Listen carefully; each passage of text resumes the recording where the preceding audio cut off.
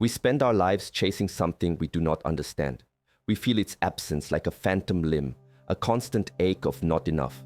But the emptiness you feel is not in your bank account. It is in your perception.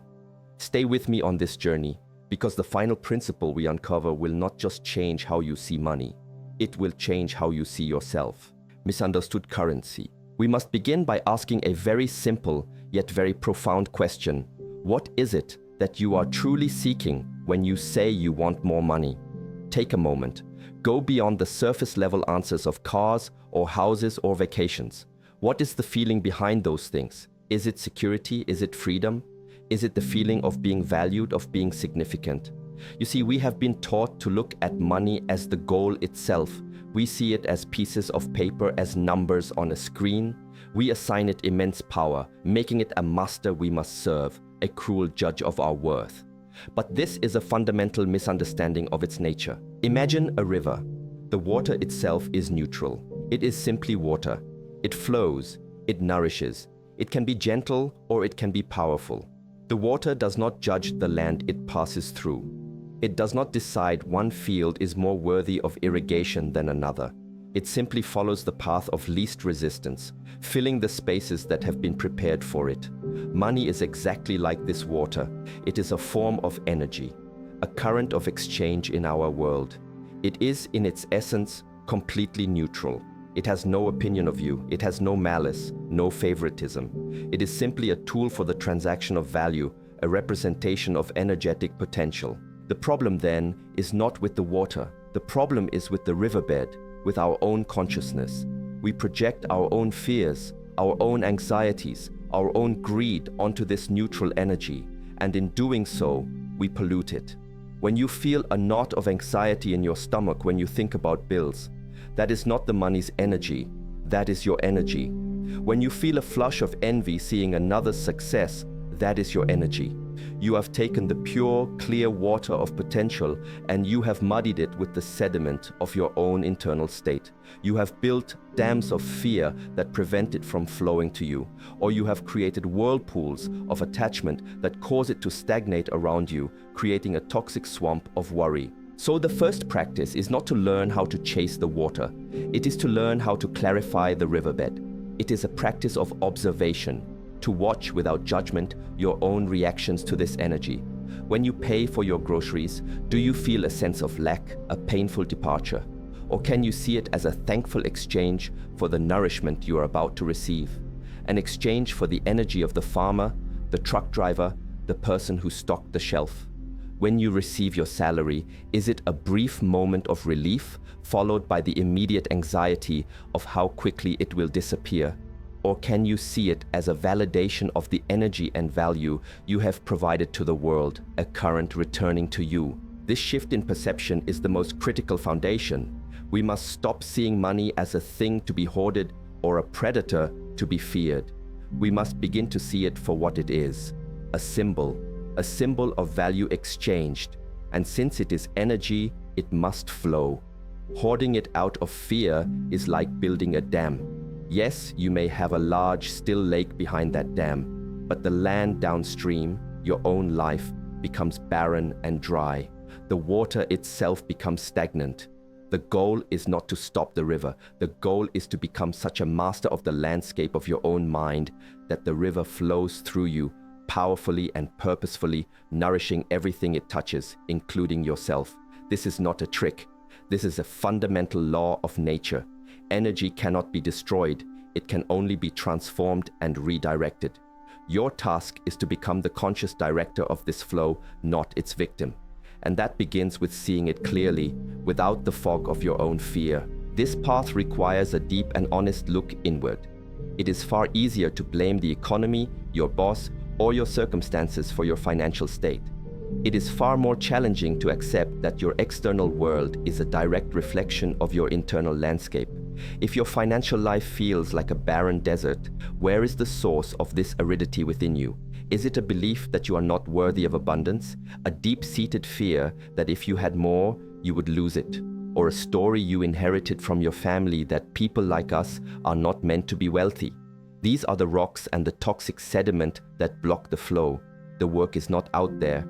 The work is in here, to patiently, lovingly, and persistently begin to clear the channel, to remove the limiting beliefs, to heal the old wounds of lack, and to create a clear, smooth, and welcoming path for energy to travel.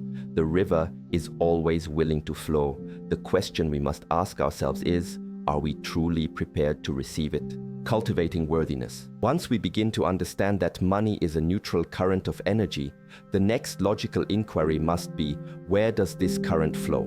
As we said, it flows along the path of least resistance into the spaces prepared for it. This brings us to a concept of profound importance, the idea of the vessel. Imagine you are a container, a cup, a bowl, a vase. The energy of wealth, the water from the river, can only fill the container that you provide. If you present to the world a tiny thimble-sized cup, you can only receive a thimble-sized portion of this flow, no matter how vast the river is. If your container is cracked, filled with holes of self-doubt, insecurity, and a lack of integrity, whatever flows in will immediately leak out. You will find yourself in a constant cycle of earning and losing, never able to accumulate. So the work is not about chasing the water. The work is about building a bigger, stronger, and more resilient container. The work is on the self. This is what it means to cultivate worthiness. It is not about convincing the universe you are worthy. The universe already knows you are. It is about you, convincing yourself. It is about embodying a state of being that is naturally magnetic to the flow of energy. How do we do this? We do this by expanding our capacity. We expand our capacity through the development of our character, our skills, and our ability to provide value. It is a process of becoming more. Think of it like training in our Shaolin arts. A novice cannot withstand a powerful blow. Their structure is weak, their mind is unfocused, their body is not conditioned. If they are struck, they crumble. But through years of dedicated practice, of strengthening the bones, conditioning the muscles, sharpening the mind, cultivating a centered spirit, they become a vessel capable of absorbing and redirecting immense force. They have expanded their capacity. The force itself hasn't changed, but their ability to handle it has been transformed. Your journey with wealth is the same. You must build your inner structure. You must strengthen your character. Are you a person of your word? Is your integrity absolute? Energy flows towards stability and trust. A person who is dishonest or unreliable is like a cracked vessel. Nothing of value can remain with them for long. You must also expand your skills. What can you offer to the world? What problems can you solve? The more value you are capable of providing, the larger your container becomes. This is not about finding a shortcut. It is about the patient, disciplined cultivation of your own abilities. It is the path of Gong Fu, of acquiring skill through dedicated, consistent effort over time. Whether your skill is in coding, in carpentry, in teaching, in healing, it does not matter. What matters is the dedication to mastery. An amateur provides little value and thus has a small container. A master who has poured thousands of hours into their craft provides immense value. Their container is vast, and the flow of energy to them is a natural consequence of the value they are able to offer the world. But it goes deeper than just skills and integrity. It is about your energetic posture. Do you walk through the world with an open or a closed posture? A person who is constantly complaining, who is cynical, who sees only problems and limitations. They are energetically closed. Their posture is defensive. They are broadcasting a frequency of no. They are, in effect, holding a lid over their container. In contrast, a person who is open, who is curious, who seeks solutions, who offers encouragement, who lives with a sense of gratitude, they are energetically open. Their posture is receptive. They are broadcasting a frequency of yes. They are inviting the flow of life in all its forms to enter. This is the cultivation of worthiness. It is the daily practice of becoming a better human being. It is being impeccably honest, first with yourself and then with others. It is the commitment to lifelong learning and the mastery of your craft. It is the conscious choice to focus on what is possible, not on what is lacking. It is the understanding that you do not attract what you want, you attract what you are. So you must focus all your energy on what you are becoming. Are you becoming more disciplined, more compassionate, more skilled, more resilient, more trustworthy. As you build these qualities within yourself, you are not just becoming a better person. You are, in a very real and practical sense, building a larger and more perfect vessel. And when the vessel is ready, the river will find it. It is an immutable law. Nature always fills a vacuum, and it always flows to the places that have been prepared. Stop chasing the water. Focus with all your being on building the vessel.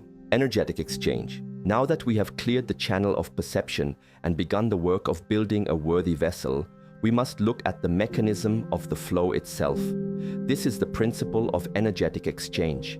Every single transaction you make, from buying a coffee to receiving a paycheck, is not merely a financial event. It is an exchange of energy. To truly master the art of attracting and managing wealth, you must become deeply aware of the nature of this exchange. When you see the world through this lens, everything changes. The anxiety of spending and the desperate grasping for gain begin to dissolve, replaced by a calm, purposeful, and conscious participation in the flow of value. Think about the value you provide to the world. This is the energy you put out. It is your contribution to the collective. This could be your time, your expertise, your creativity, your physical labor, your emotional support.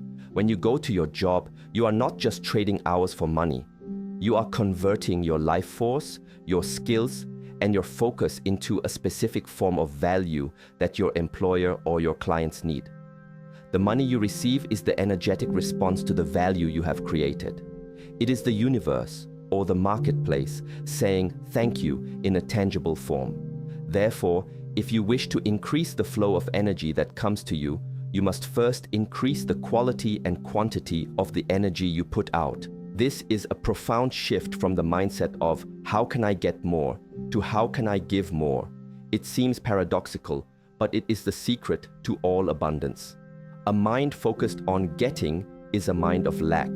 It is a closed fist. It cannot receive because it is too busy trying to take.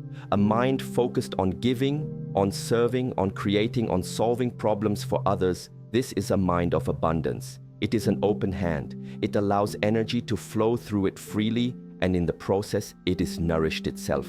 The open hand can both give and receive. The closed fist can do neither. So, look at your work. Look at your life. Are you truly giving your best energy, or are you holding back? Are you performing your tasks with presence and excellence, or with resentment and a feeling of obligation? The energy you infuse into your work determines the quality of the value you create. Two people can perform the same task, but the one who does it with intention, with care, with the spirit of service, is putting out a much higher frequency of energy. And the universe, in its perfect accounting, will eventually reflect that back. This is not mysticism. It is simple physics. A stronger signal gets a stronger response. This principle also transforms how you spend money. When you spend, you are not losing something. You are directing energy. You are casting a vote for what you value in the world. When you buy locally grown food from a farmer, you are not just spending money. You are sending a current of energy to support that person's livelihood, to support sustainable agriculture, and to nourish your own body. It is a beautiful, complete circuit of exchange. When you pay for a course to learn a new skill, you are not depleting your resources. You are investing energy into expanding your own vessel, which will allow you to provide even more value in the future. When you see every purchase through this lens, you become a conscious participant in the economy of energy. You stop making frivolous purchases that are rooted in insecurity or a need for external validation because you recognize them as a leakage of your vital force. Instead, you begin to direct your energy flow with intention. You support businesses that align with your values. You invest in experiences that enrich your spirit. You pay for services that save you time, allowing you to focus on creating higher value elsewhere. Your spending is no longer a source of anxiety, but a powerful tool for shaping your reality and the world around you. You are no longer a passive consumer, but a conscious director of energetic flow. And this is a position of immense power. It is the difference between being a leaf tossed about in the current and being the riverbed itself, guiding the flow with firm and gentle intention. The flow state. We have explored the perception of money as energy, the importance of cultivating a worthy vessel, and the nature of energetic exchange. Now we arrive at the practical application, how to live in a state of healthy, dynamic flow. It is not enough to simply have energy come to you. A flood can be just as destructive as a drought. The goal is not accumulation for its own sake, but a powerful and sustainable circulation. This is the financial equivalent of what athletes and artists call the flow state, a perfect balance of structure and freedom, discipline and intuition, where action is effortless and effective. To achieve this state, we must first understand the two great dangers that disrupt the flow: hoarding and hemorrhage. Hoarding is the dam of fear. It comes from a deep-seated belief in scarcity. The hoarder clings to every dollar, terrified that more will not come. They live in a state of constant contraction. While their bank account may grow, their spirit shrivels. They have stopped the river. The energy becomes stagnant, putrid. They cannot enjoy it. They cannot use it to grow, and they cannot use it to help others. Their wealth becomes a golden cage. They have a great deal of money, but they have no true abundance, for abundance is about flow, not stagnation. The opposite danger is hemorrhage. This is the river without banks. The person who hemorrhages energy spends impulsively, driven by momentary desire, a need to fill an inner void, or a complete lack of foresight. The energy rushes in and rushes out just as quickly, eroding their own foundation, leaving behind a trail of debt and regret. They have no structure. They are unable to build anything of lasting value because they cannot retain and direct energy for a sustained period. They may experience moments of intense pleasure, but they have no lasting security or peace. They are at the mercy of every current, every whim.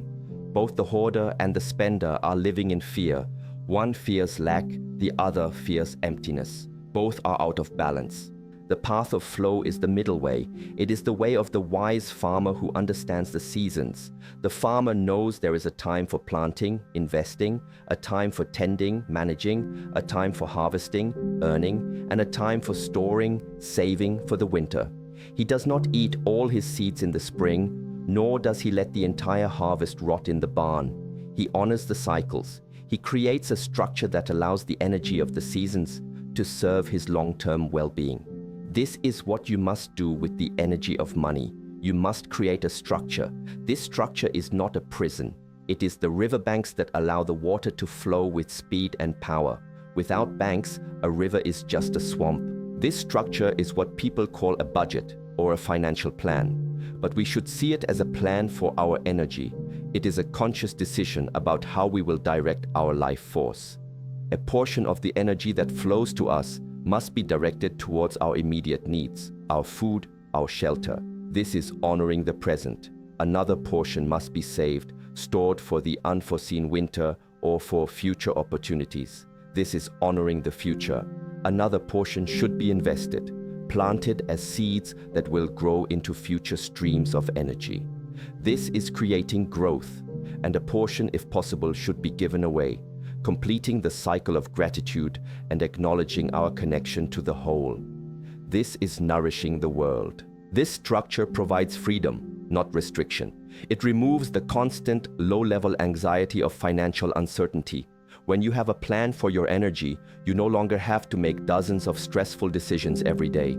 The decisions have already been made, guided by your deepest values and long-term goals. This frees up immense mental and emotional bandwidth that you can then dedicate to what truly matters: your personal growth, your relationships, and the creation of value.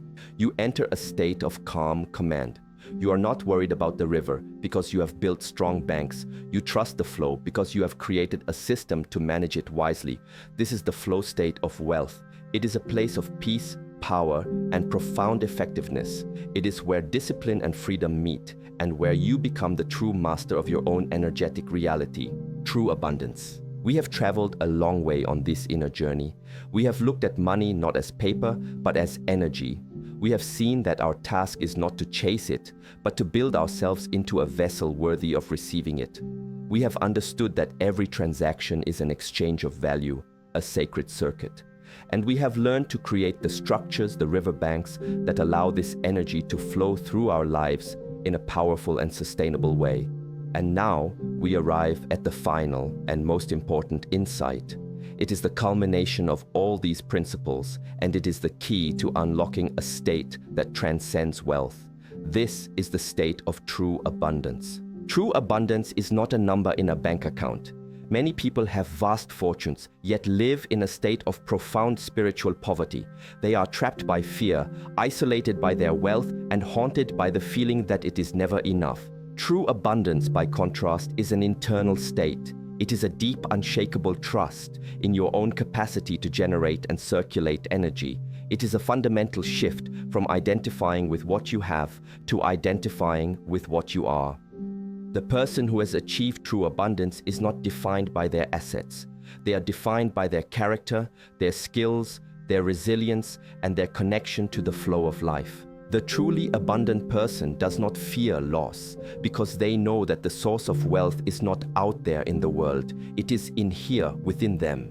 They have spent their lives building the vessel, cultivating their skills, strengthening their integrity, expanding their ability to serve.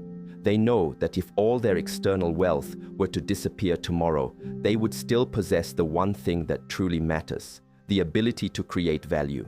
And because they can create value, they trust that the energetic exchange will always, eventually, flow back to them. Their security is not in their savings, it is in their soul, it is in their gong fu. This is the ultimate freedom. It is freedom from the fear of lack. It is freedom from the anxiety of comparison. It is freedom from the endless, exhausting chase for more. When you reach this state, money becomes what it was always meant to be, a simple tool, a useful resource like a hammer or a shovel, to be used with skill and purpose, but not to be worshipped or feared. You can use it to build, to create, to support, to experience, but your identity is no longer entangled with it. You are the master craftsman. Money is just one of the tools in your workshop. Your real wealth is your mastery. So the final practice is one of letting go of the attachment to outcomes. You focus entirely on the process, on being the best person you can be, on doing your best work, on serving with an open heart. You do these things for their own sake, because it is the path of your own growth and fulfillment.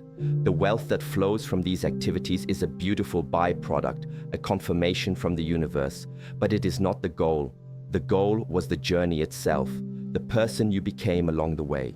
This is the state of being we should all aspire to, a state of inner richness so profound that the external world cannot help but reflect it back to us. This is the only guide you will ever need, because it turns your attention away from the fruitless external search and points you back to the only place where real treasure can ever be found, within yourself. The work is not to get more money. The work is to become more of who you truly are. Focus on that, and all the energy of the universe will conspire to support you. This is the video I didn't know I desperately needed. I've been chasing money for 10 years, feeling more broke and anxious with every raise. The idea of being a vessel and that my job is to build a better container instead of chasing the water just shattered my entire worldview in the best way possible. It's not about hustling harder, it's about becoming better. Thank you for this. The work starts now.